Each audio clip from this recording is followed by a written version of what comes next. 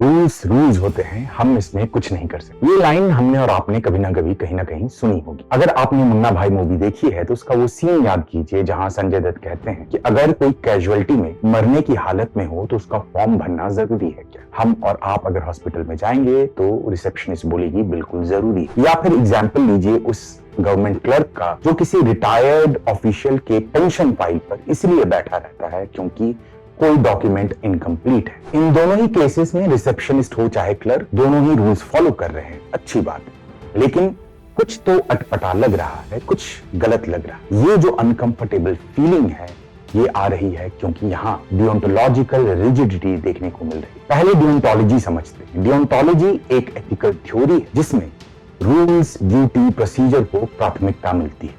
तो फिर डियोंटोलॉजिकल रिजिडिटी क्या? ये डियोंटोलॉजिकल रिजिडिटी ये है जहां कॉन्सिक्वेंस चाहे जैसा भी हो, चाहे अस्पताल में कोई व्यक्ति मर रहा हो या फिर किसी वृद्ध व्यक्ति के पेंशन फाइल्स अटका हुआ हो, आप सिर्फ ब्लाइंडली रूल्स ही फॉलो कर रहे हैं, कॉन्सिक्वेंसेस और आउटकम्स पे ध्यान नहीं दे रहे। हमारे अपने लाइफ में कई एग्जाम्पल्स हैं। गवर्नेंस और एडमिनिस्ट्रेशन की बात करिए। वेलफेयर डिलीवरी में सिर्फ किसी का आधार कार्ड ना होना या फिर नाम में मिसमैच हो जाना, सरनेम में कोई स्पेलिंग गलत हो जाना, इस कारण से उसको वेलफेयर डिलीवरी से बाहर रख देना एक तरीके की डियोंटोलॉजिकल रिजिडिटी है। इस डियोंटोलॉजिकल रिजिडिटी से क्या प्रॉब्लम है? बहुत सारी प्रॉब्लम है। सबसे पहला कि हम ह्यूमैनिटी को इग्नोर कर दे। वैल्यूज जैसे कि कंपैशन, काइंडनेस या फिर एम्पैथी को ताक पे रख दिया जाता है और सिर्फ ब्लाइंडली रूल्स एंड प्रोसीजर्स को फॉलो किया जाता है।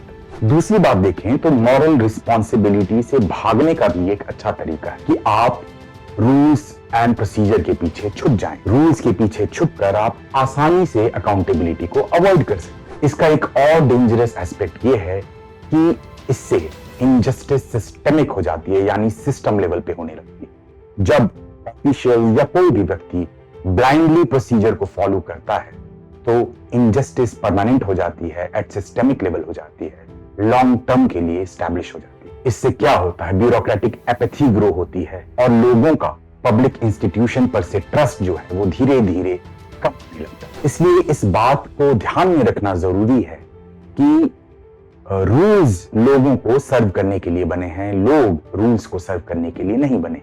एथिक्स सिर्फ इस पर निर्भर नहीं करता कि मैंने रूल फॉलो किया है कि नहीं। एथिक्स इस पे भी निर्भर करता है कि मैंने सही काम किया है कि नहीं, मैंने सही निर्णय, सही डिसीजन लिया है कि नहीं।